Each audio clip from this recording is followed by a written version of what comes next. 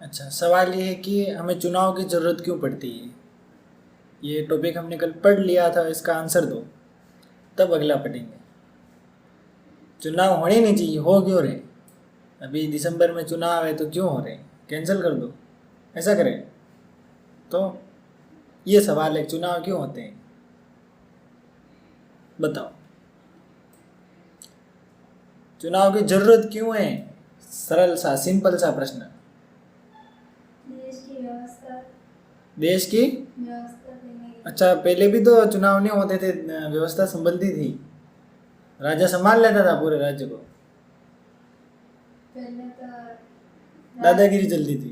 हम्म, हाँ, और राजा की तानाशाही कहते हैं उसको, तानाशाही चलती थी। यानी कि राजा ने जब बोल दिया वो पूरे राज्य में मान्य होता। और अब बोल नहीं सकता है, बोला तो मामला गया, दादागिरी नहीं लगा सकता है कोई भी। जैसे बीजेपी की पार्टी है, बीजेपी के कोई उम्मीदवार हैं, जीत गया, जीतने के बाद दादागिरी लगा रहा है तो रुक जाए, तुम अगला चुनाव आने थे, तो वो फिर डरेगा, सोचेगा कि यार अपना नंबर आना ही नहीं है।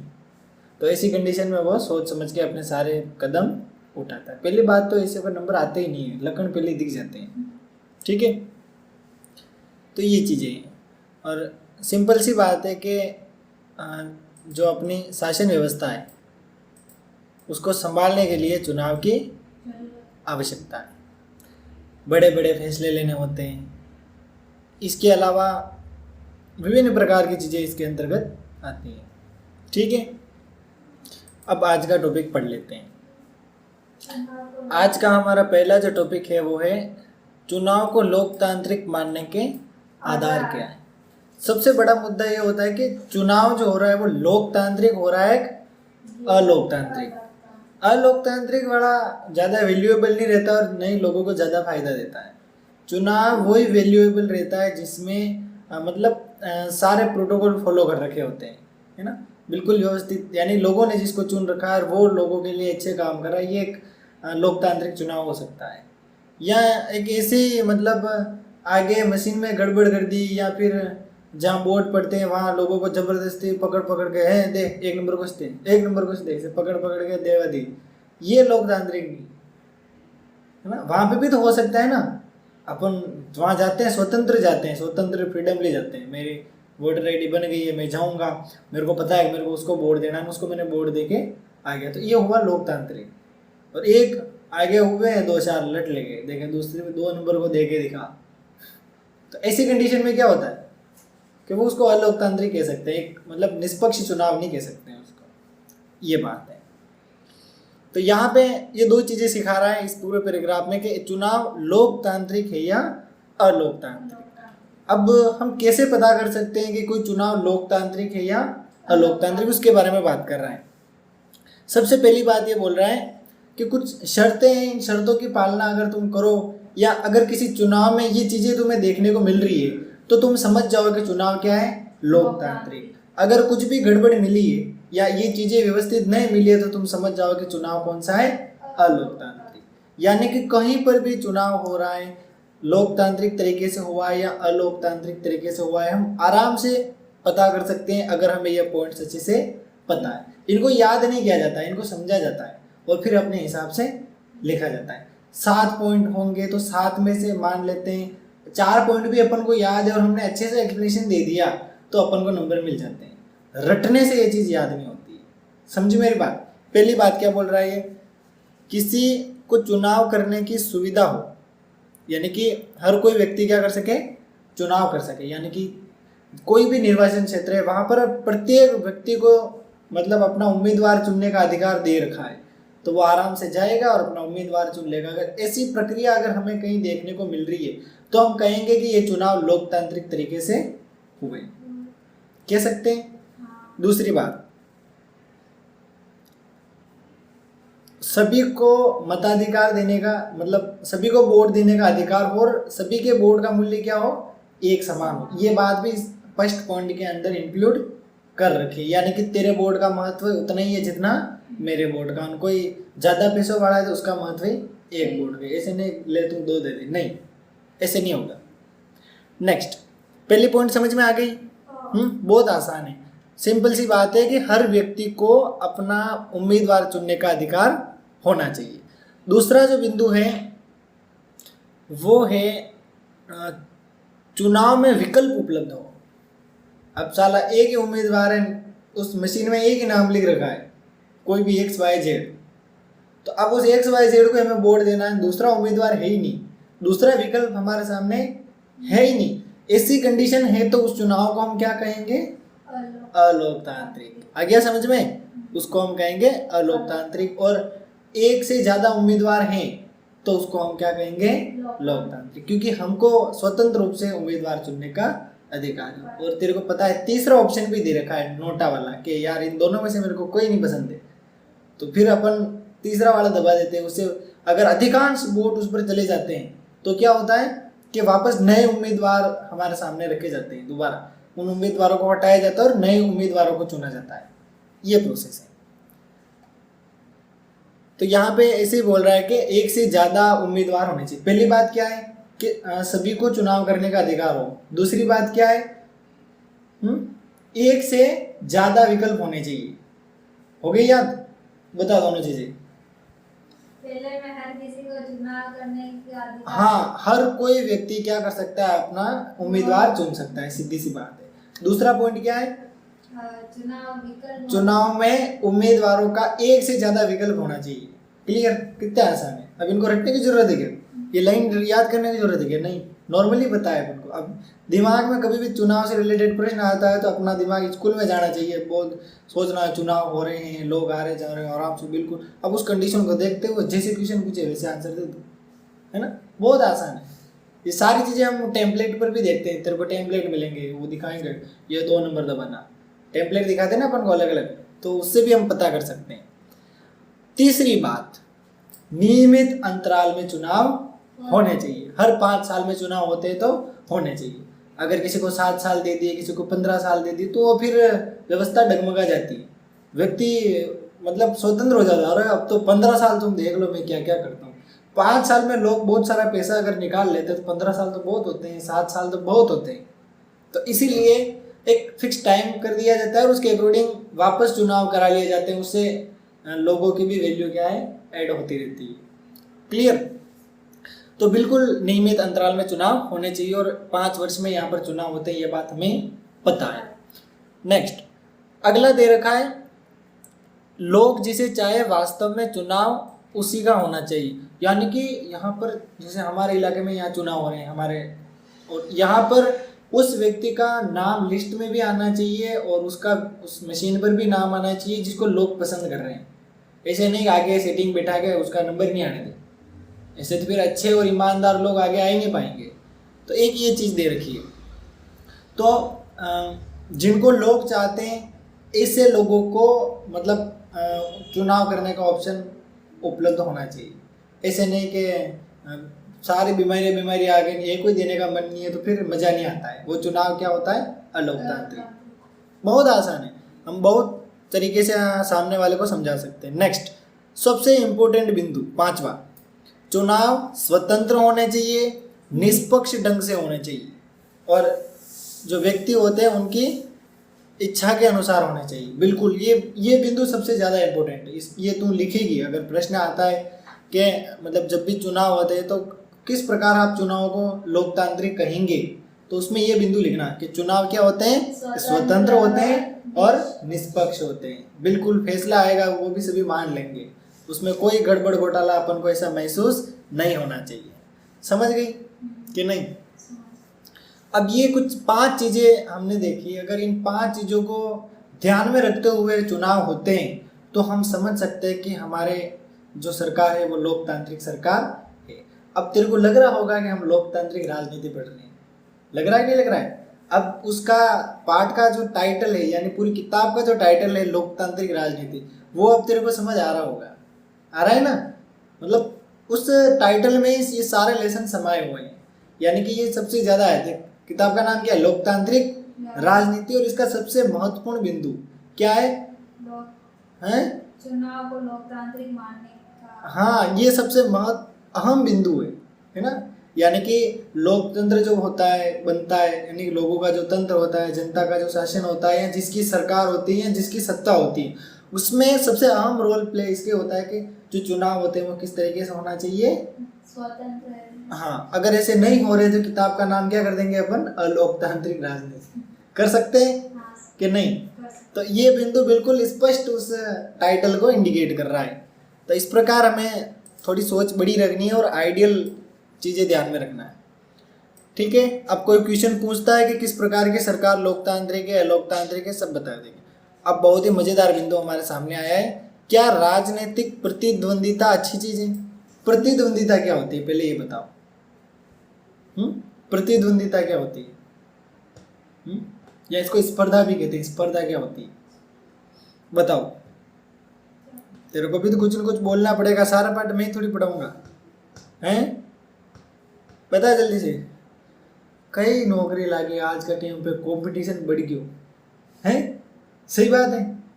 तो इंग्लिश में तो कहते हैं कंपटीशन बढ़ गयो, और हिंदी में प्रतिद्वंदिता।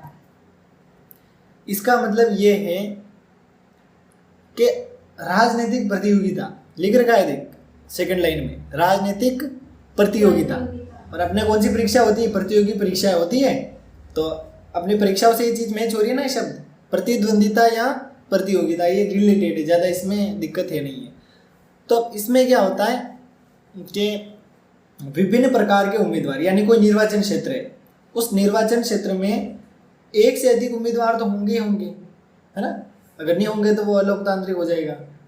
चुनाव अपन को किस तरीके से कराने रहते हैं? लोकतांत्रिक तरीके से। सीधी सी बात है, एक से ज़्यादा उम्मीदवार होंगे।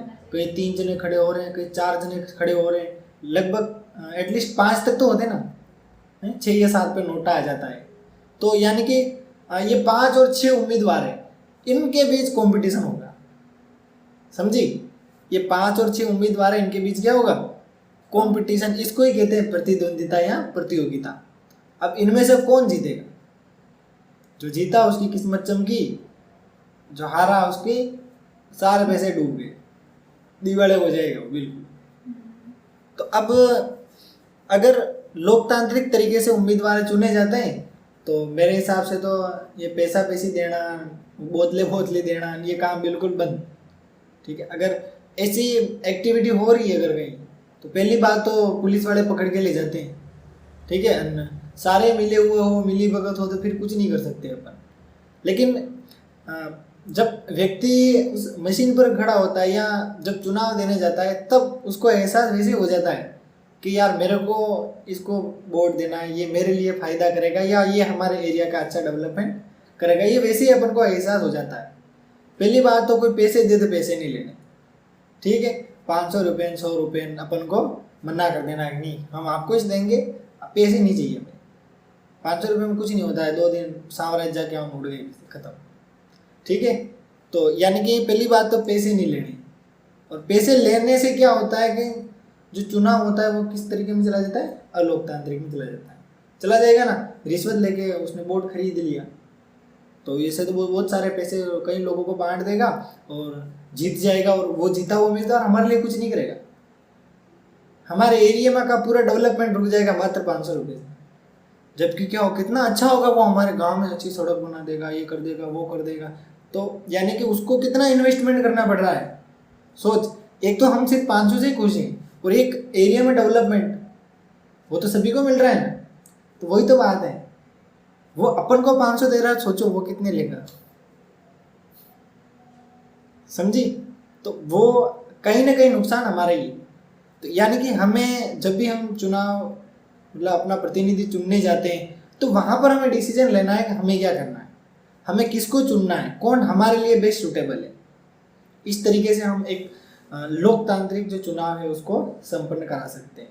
और ये जो चुनाव होता है ये वैलिड होता है, और अगर बिना रिश्वत लिए, बिना ये फालतू का काम किए, अपन अपनी ईमानदारी से प्रतिनिधि को अगर चुनते हैं तो 100% अपने इलाके में डेवलपमेंट होता है।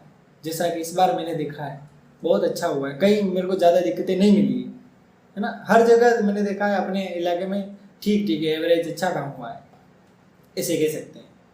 ठीक है, और कुछ पैसे दे के लग जाते हैं तो वो एरिया में डेवलपमेंट नहीं करते। और आज के तकनीकी ज़माने में अगर हम मतलब ऐसे प्रतिनिधि होते और हमें हमारे क्षेत्र को अगर डेवलपमेंट नहीं करते तो हम बहुत पिछड़ जाएंगे, ऐसा हो सकता है। जैसे कुछ गांव होते हैं वो इतने डेवलप हो जाते हैं, अच्छे विकसित हो जाते हैं, हम सोच नहीं सकते, क्योंकि वहाँ पर उनके जो वोट का जो महत्व है ना वो लोग समझते हैं, इसीलिए वो एरिया अच्छे डेवलप हो जाते हैं। लेकिन वो एरिया डेवलप नहीं होते जहाँ पे लोग उम्मीदवार ढंग से नहीं चुन सकते। ये बात ये कहना चाहता है। जैसे कि नोएडा।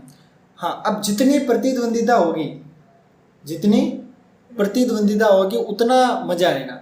अब एक इसमें नुकसान है जो इसमें दे रखा है। नुकसान ये है कि तुम बोलेगे हैं मैं तो बीजेपी को दूंगी, मैं बोलूँगा नहीं मैं कांग्रेस को दूंगा, तो इससे क्या थोड़ा सा मतलब हेट जैसी भावना आ जाती, घृणा जैसी भावना आ जाती है, तो उसको देगा, फिर दोनों मतलब आपस में लड़ने झगड़ने लग जाते हैं कि तेरी पार्टी ऐसी मेरी पार्टी ऐसी। ये इसका नुकसान है, यानी कि बने बनाए रिश्ते क्या होते हैं, टूट जाते हैं। इसीलिए अधिकांश लोग बोलते नहीं है वोट किसको दिया, कहते ही नहीं, साइलेंटली देते हैं, चले आते हैं। सर मेरे पापा नहीं बोलते। हाँ। इतना भी मुझे नहीं हाँ, तो मैं वही तो बोल रहा हूँ। इससे क्या होता है कि वो रिलेशन नहीं टूटता है। और हम भी ये चाहते हैं कि अपने पड़ोसियों से या अपने जो भी संबंधी है उनसे अपने रिलेशन नहीं टूटे, है ना। तो इसीलिए अपन किसी को कहते नहीं है किसने दिया। और वैसे कहने में कोई बुराई नहीं, अगर हम अच्छे हैं, समर्थक है और हमारा वोट अगर वैल्यूएबल है तो बोलो ना हमने ये दिया है। लेकिन क्या है कि किसी से बहस नहीं करनी है इस मामले में, वो तेरी बुराई कर रहा है तू उसकी कर रहा है, तो ये थोड़ा सा मतलब माहौल बिगड़ मेरे जाता है। पापा ने ये बोल दिया। Yes. अपन तो एक बार पॉइंट रख देते हैं, फिर सामने वाले की बात सुन लेते हैं, पता लग जाता है। ठीक है, तो ये चीज़ है। तो इससे संबंधित अपन को कहीं भी लड़ाई झगड़े नहीं करने। तो ये सारी चीज़ें यहाँ पर दे रखी है। इसके अलावा और कुछ मेरे हिसाब से इसमें है नहीं है। उन्होंने ऐसा है कि दीर्घकालिक व्यवस्था, ठीक है, चलो अगला पेज पर चलते हैं।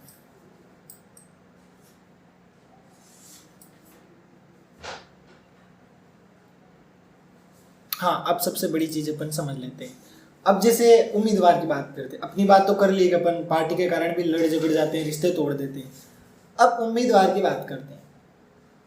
जैसे नॉर्मली बहुत सारे लोग उम्मीदवार के तौर पर खड़े होते हैं, नए नए चेहरे देखने को मिलते हैं। इस बार अपने सरपंच का नया चेहरा फिर जब चुनाव होंगे तब देखने को मिलेगा। अभी तो लोकसभा के चुनाव है ना, तो जब चुनाव होते हैं तो हमें क्या है कि नए नए चेहरे देखने को मिलते हैं। तो अब जो भी लोग खड़े होते हैं, 5-6 लोग जिसके बारे में हम बात करते हैं, उनमें कंपटीशन भी बहुत ज़्यादा होता है। तो अब उनमें से उनके जीतने के चांस ज़्यादा रहते हैं जो लोगों की भावना को समझ लेते हैं। वो मतलब उस इलाके में क्या चाहिए, कैसे डेवलपमेंट करना, या सारी चीज़ें अगर समझ लेते हैं तो ये सारी चीज़ें समझने वाले लोग क्या होते हैं, जीत जाते हैं। लेकिन साला सब फीलिंग समझ रहा है, या ये दिक्कत हो रही है, या ये हो रही है, हाँ सब हो जाएगा, काम हो जाएगा। अब जैसे जीता फिर पता ही नहीं चल रहा है कब काम कैसे करूँ, पैसे कहाँ से मंगाऊँ और किस प्रकार मैं पैसे पास करूँ, ये रोड कैसे बनाऊँ, कुछ पता ही नहीं चल रहा है, नॉलेज ही नहीं है। तो फिर इसी कंडीशन में क्या होता है कि वो मामला फेल हो जाता है। अगले चुनाव में वो व्यक्ति क्या होता है, हार जाता है। क्योंकि लोग बोलते हैं ना, ठेके की तो ठेके करता है, ऐसे बोलते हैं। सही बात है। तो ये चीज़ यहाँ पर दे रखी है।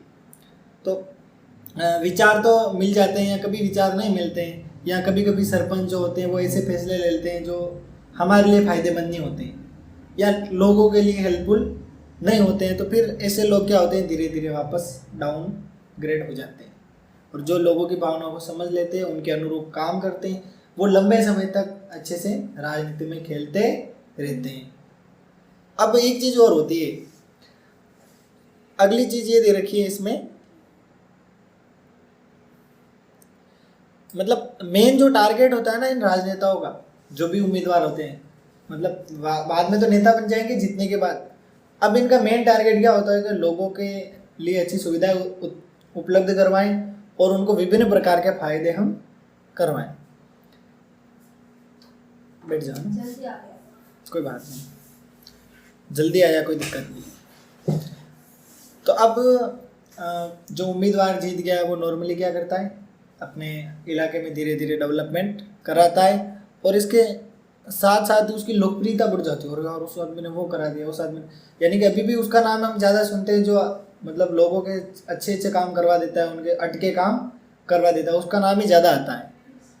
तो फिर वो व्यक्ति में थोड़ा सा आ जाता है, अपन तो मेरे को तो और आगे बढ़ना पड़ेगा, धीरे धीरे उसमें अहम की भावना भी आ जाती है, थोड़ा सा यूँ साइन करने देते हैं, यूँ दरकार देता है, मतलब वो चीज़ें धीरे धीरे आ जाती है उसमें। तो अब अगर ऐसी कंडीशन हो रही है या धीरे धीरे वो चहेता नहीं बन पा रहा है, तो फिर बहुत सारी दिक्कतें यहाँ पर होती है, जैसे जनता उनको फिर पसंद करना धीरे धीरे कम कर देती है, या फिर उसका लोभ लालच ही बढ़ जाता है ऐसे कि मेरे को और ज़्यादा अधिकार मिले, मैं उस पद पे खेलूँ, उस पद पे वो करूँ, ये मतलब उसमें बहुत सी इच्छाएं जागृत हो जाती है कि मेरे को और अधिकार मिलने चाहिए, सरपंच क्यों मैं इस बार और ऊंचे लेवल पर जाऊँगा, उसमें जीत गया तो और ऊंचे लेवल पर जाऊँगा। तो ये व्यक्ति के मन में भावनाएं रहती जो उम्मीदवार के तौर पर खड़ा होता है। यानी कि सिंपल सी बात है, एक एग्जाम क्लियर कर लेते फिर हो तो हैं इसको ही कर लूँगा, ये इसको ही कर लूँगा, ऐसे धीरे धीरे अपना मोटिवेशन क्या होता है, बढ़ता जाता है।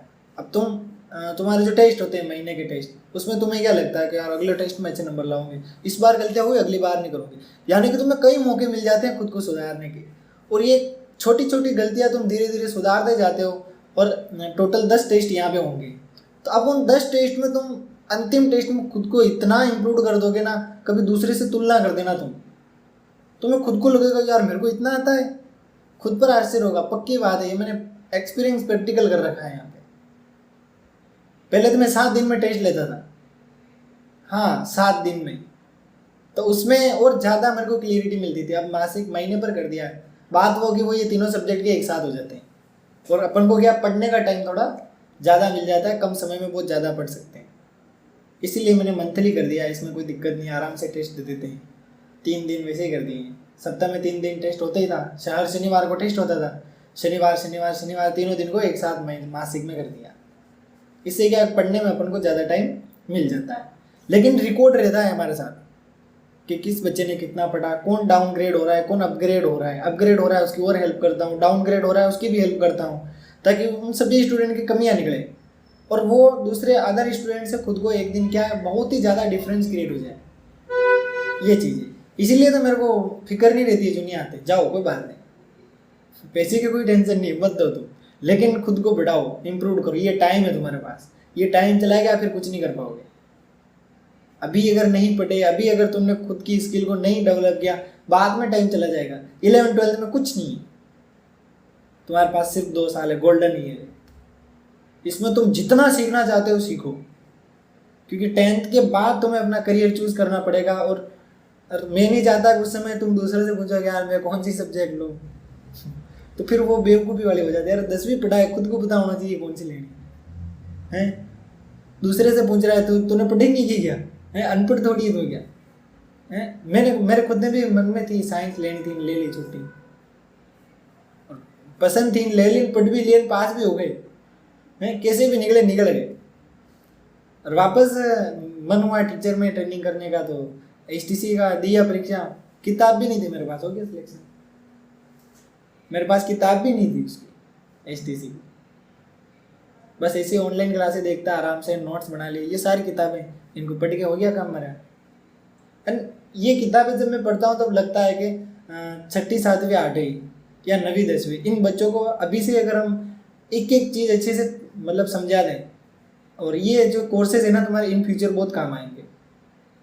जब भी तुम कोई सा भी एग्जाम लो 12th के बाद, तो तुम याद करोगे यार वो सर वाले कोर्स देख लेता हूँ, उसमें बहुत अच्छी चीज़ें लिख रखी, तो उस समय भी ये चीज़ें तुम्हारे बहुत काम आएंगी। तो ये कॉन्सेप्ट होता है आगे बढ़ने का। ऐसा प्रॉपर वे आसपास कोई दूसरा टीचर दे दे तो मेरे को बोलने हैं, तुम्हें पूरा माइंड में मिल रहा है कैसे पढ़ना है, क्या करना है, सीधे साधे नोट्स मिल रहे हैं, तुम्हारी गलतियाँ निकाल के बता रहा हूँ, इनको सुधारो, इनको सुधारोगे तुम चमक जाओगे। लेकिन कुछ होते हैं जो भग जाते हैं, कोई दिक्कत नहीं। अमन का बहुत अच्छा परफॉर्मेंस रहा, उसको देख लो, भले इंग्लिश मीडियम था, फिर यहाँ हिंदी मीडियम में आया, वापस इंग्लिश में चला गया, तो भी उसका मैंने बैलेंस नहीं बिगड़ने दिया। सोच ले उसका 2 साल या 3 साल मीडियम बिगड़ गया था, फिर भी मैंने उसका बैलेंस नहीं बिगड़ने दिया। एक आया इंग्लिश मीडियम का, यहाँ हिंदी मीडियम में आ गया, उसको मैंने 10th पास करा दिया। तो ये चीज़ है, मैं मतलब भले ही उसकी कितनी भी क्रिटिकल कंडीशन है, अपनी कोशिश यही रहती है कि उसको निकालो, और उसका लेवल धीरे धीरे बढ़ाते जाओ, ये चीज़ है। फीस मेरे लिए कोई ज़्यादा मायने नहीं रखती है, बच्चे का डेवलपमेंट मायने रखता है। नहीं पढ़ते हैं उनको मैं वैसे भेज देता हूँ, या तो वो खुशी से चले जाते हैं या भेज देता हूँ, सीधा सा कॉन्सेप्ट है। कम बच्चे चाहिए और पढ़ने वाले चाहिए, ऐसे बच्चे चाहिए जो आगे जाके मतलब खुद को एक अच्छे से सुविकसित कर सके, समझे ना, ये चीज़ है। बाकी मैं तो आ जाता उसको, मैं बोलता अरे 200 रुपये में पढ़ाऊँगा, आ जाओ। बोला तो नहीं किसी को, कुछ स्टूडेंट थे उनको नंबर दे दिए, बोला मुँह मांगे तो आ जाएंगे, नहीं आएंगे तो कोई बात नहीं, ये चीज़ है। वापस टॉपिक पर आते हैं, चीज़ें डिस्कस करते हैं। ये बस कुछ ऐसी चीज़ें दे रखी है जिसमें मतलब थोड़ा सा अच्छा फील अपन को नहीं होता। नेक्स्ट अगला बिंदु है हमारी चुनाव की प्रणाली, है ना। चुनाव प्रणाली यानी कि चुनाव कैसे होते हैं। अब चुनाव के बारे में बहुत सी चीज़ें हमने पढ़ ली कि लोकतांत्रिक तरीके से चुनाव होने चाहिए, और चुनाव के मतलब जो उम्मीदवार होते हैं उनमें प्रतिस्पर्धा होती है ना। और अपन किसी भी पार्टी का प्रतिनिधित्व कर रहे हैं तो साला दूसरे अपन को पार्टी पर आक्षेप लगा दे, तूने वो कर दिया, तेरी पार्टी ने ये कर दिया। तो ये सारी चीज़ें हम समझ चुके हैं, इससे हमें पता लगता है कि हमें ज़्यादा किसी से बहस नहीं करनी चाहिए क्योंकि नेगेटिविटी आती है, सिंपल सी बात है। अब अगला जो टॉपिक है उसमें ये दे रखा कि चुनाव प्रणाली क्या है, चुनाव कैसे होते हैं, ये चीज़ देखते हैं। अब भारत में बात करें तो एक तो लोकसभा के चुनाव होते हैं और एक विधानसभा के चुनाव होते हैं। तो अपने यहाँ अलग अलग विधानसभाएं होती हैं, अलग अलग विधानसभाओं में क्या होते हैं, चुनाव होते हैं, और यहाँ से जो प्रतिनिधि चुनकर जाते हैं, जिनको भी हम सेलेक्ट करते हैं, जीत जाते हैं, वो आगे जाके केंद्र की सरकार को क्या कर देते हैं, चुन लेते हैं, ये बात है। तो लोकसभा और विधानसभा के यहाँ पर अलग अलग प्रकार की चुनाव प्रक्रिया होती है। अब जैसे ही कार्यकाल समाप्त हो जाता है, कार्यकाल समाप्त होते ही क्या होती है, नई सरकार आ जाती है। अभी जैसे ये कार्यकाल समाप्त हो रहा है और नई सरकार के बनने की तैयारियां शुरू हो गई है। अभी 2 दिन बाद ही आचार संहिता लग जाएगी। आचार संहिता क्या होता है, उसमें मतलब बहुत सारे मतलब ये लग जाते हैं कि मैं कोई नई योजना लागू नहीं कर सकता, या कुछ सारी चीज़ें स्किप हो जाती हैं, जो भी सरकार के काम होते हैं वो रुक जाते हैं। आचार संहिता ये कहती है बोध किया, 4.5 साल बोध किया, अब रुक जाओ, अब ओनली चुनाव पे फोकस होगा। जब तक चुनाव नहीं होंगे तब तक तुम्हारे सारे काम अटके रहेंगे, या आने वाली सरकार करेगी, या वापस तुम्हारा नंबर आएगा तो तुम कर लेना। यानी जब तक चुनाव नहीं होंगे तब तक ये चीज़ें क्या होगी, सारी स्किप हो जाएगी, नहीं चलेगी। इसीलिए बोलते हैं कि यार आचार संहिता हो रही, जल्दी से अपन को नौकरी दे दो, उसके बाद नौकरी नहीं मिलती, ज्वाइनिंग भी नहीं मिलती, वो फिर अगली सरकार देती, समझी। इसीलिए आचार संहिता लगाते हैं, क्योंकि अगर ये नहीं लगाते तो क्या होता है, चुनाव से पहले बहुत सारी सरकार योजनाएं निकाल देती, हर घर 500 रुपये योजना तो इस चीज़ से बचने के लिए ये चीज़ दे रखी है। नेक्स्ट,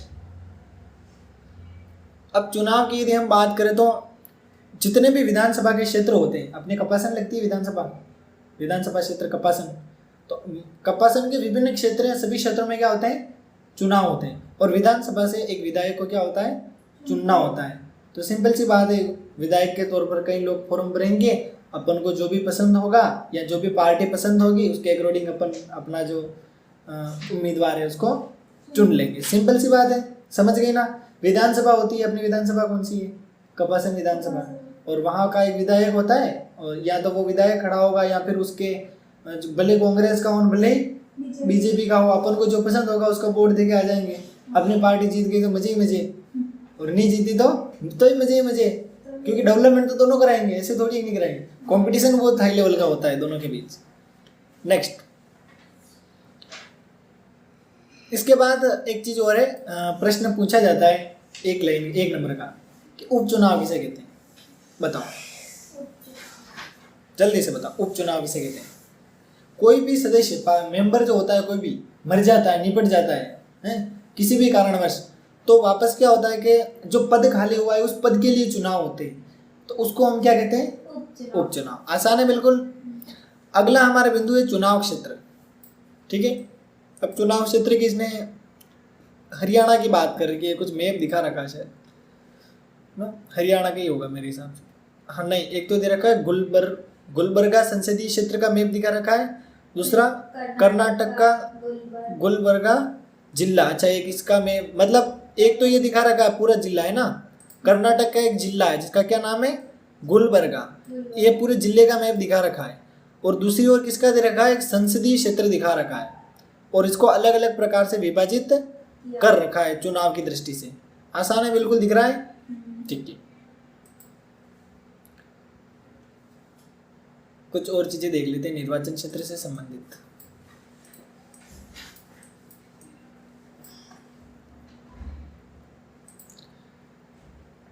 अब अगर हम बात करें चुनाव की, तो चुनाव के जो क्षेत्र होते हैं उनको अलग अलग छोटे छोटे क्षेत्रों में क्या कर लिया जाता है, बांट जाता है। यानी देश को छोटे छोटे टुकड़ों में बांट दिया जाता है चुनाव कराने के लिए। और ये जो छोटे छोटे क्षेत्र होते हैं इनको हम क्या कहते हैं, निर्वाचन क्षेत्र। एक क्षेत्र में एक प्रतिनिधि खड़ा होता है और उस प्रतिनिधि का हम क्या करते हैं, चुनाव करते हैं। लोकसभा चुनाव जो होता है अभी होगा, उसके लिए सुनना 543 निर्वाचन क्षेत्र है। कितने, 543 निर्वाचन क्षेत्र है। और 543 अगर निर्वाचित क्षेत्र है तो यहाँ से उम्मीदवार चुन के जाएंगे और वो फिर संसद में बैठते हैं और अपने मुद्दे वहाँ रखते हैं। उन मुद्दों को कौन सुनते हैं, मोदी जी सुनते हैं, यहाँ जो भी पीएम होता है वो सुनता है। और जब भी दौरे पर आता है तो उन मुद्दे को क्या करता है, खुरच खुरच के लाता है कि तुमने क्या किया, दो सारा हिसाब। पता लगा कुछ? अब तेरे को पता लग गया होगा कि यहाँ की कोई घटना संसद तक कैसे जाती है, कौन ले जाता है, यहाँ के जो विधायक होते हैं वो ले जाते हैं। जो भी उम्मीदवार होते हैं वो जीतने के बाद ले जाते हैं, पहले नहीं ले जा सकते।